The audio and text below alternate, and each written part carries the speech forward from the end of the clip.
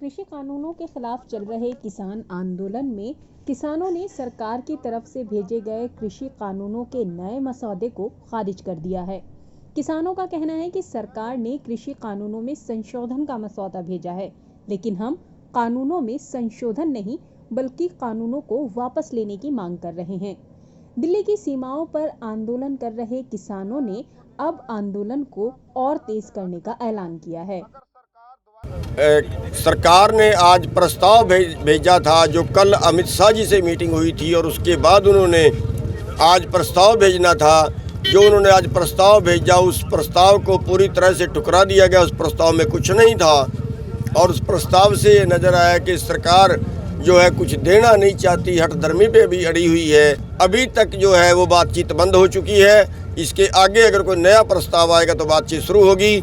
और दूसरा जो आज मीटिंग की थी और आज मीटिंग में जो फैसला लिया गया है, वो एक तो सभी भाई जो जियो की सिम है उसको पोर्ट करवा दें, उसको बंद करा दें। और दूसरा 12 तारीख को सारे देश में टोल फ्री करने हैं। सभी भाई अपनी अपनी जगह पे जहाँ पे भी टोल लगा हुआ है, सड़क का टोल, वहाँ पे नाकों पे बैठे और सारा टोल फ्री कराएं। और तीसरा प्रोग्राम 14 तारीख को सभी देशवासियों ने अपने अपने हेडक्वार्टरों पे धरने देने हैं। किसानों ने 12 दिसंबर को दिल्ली जयपुर हाईवे जाम करने और 14 दिसंबर को देशव्यापी आंदोलन करने का ऐलान किया है। वहीं राहुल गांधी समेत विपक्षी दलों के 5 नेताओं ने राष्ट्रपति से मुलाकात कर सरकार पर इन बिलों को जल्दबाजी में पास कराए जाने का आरोप लगाया। ये जो बिल पास किए गए हैं, ये किसान विरोधी बिल है।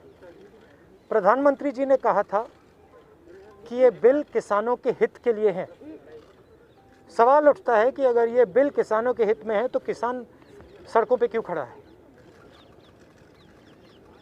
किसान इतना गुस्सा क्यों है? क्योंकि इन बिलों का लक्ष्य प्रधानमंत्री जी के मित्रों को हिंदुस्तान का जो एग्रीकल्चरल सिस्टम है वो पकड़ाने का है। और किसान इस बात को बहुत अच्छी तरह समझ गया है। और सरकार को गलतफहमी में नहीं होना चाहिए। सरकार को ये नहीं सोचना चाहिए कि किसान हट जाएंगे, डर जाएंगे। किसान, हिंदुस्तान का किसान डरेगा नहीं, हटेगा नहीं, जब तक ये बिल रद्द नहीं कर दिए जाए। इससे पहले गृह मंत्री अमित शाह ने मंगलवार को किसानों के साथ बैठक की थी, जिसमें उन्होंने किसानों के सामने कृषि कानूनों का नया मसौदा भेजने की पेशकश की थी। केंद्र सरकार के इस प्रस्ताव के मुताबिक राज्य सरकार प्राइवेट मंडियों पर भी फीस या शुल्क लगा सकती हैं। राज्य सरकार चाहे तो मंडी व्यापारियों का रजिस्ट्रेशन कराना जरूरी हो सकता है।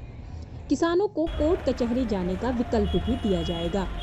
कॉन्ट्रैक्ट कानून में स्पष्ट कर देंगे कि किसान की जमीन या बिल्डिंग पर ऋण या गिरवी नहीं रख सकते। इसके अलावा किसान और कंपनी के बीच कॉन्ट्रैक्ट की 30 दिन के अंदर रजिस्ट्री होगी। किसान की जमीन की कुर्की नहीं हो सकेगी। एमएसपी की वर्तमान खरीद व्यवस्था के संबंध में सरकार लिखित आश्वासन देगी। बिजली बिल भी ड्राफ्ट है, इसे नहीं लगाया जाएगा। पराली जलाने को लेकर एनसीआर में प्रदूषण वाले कानून पर भी किसानों की आपत्तियों का समुचित समाधान किया जाएगा।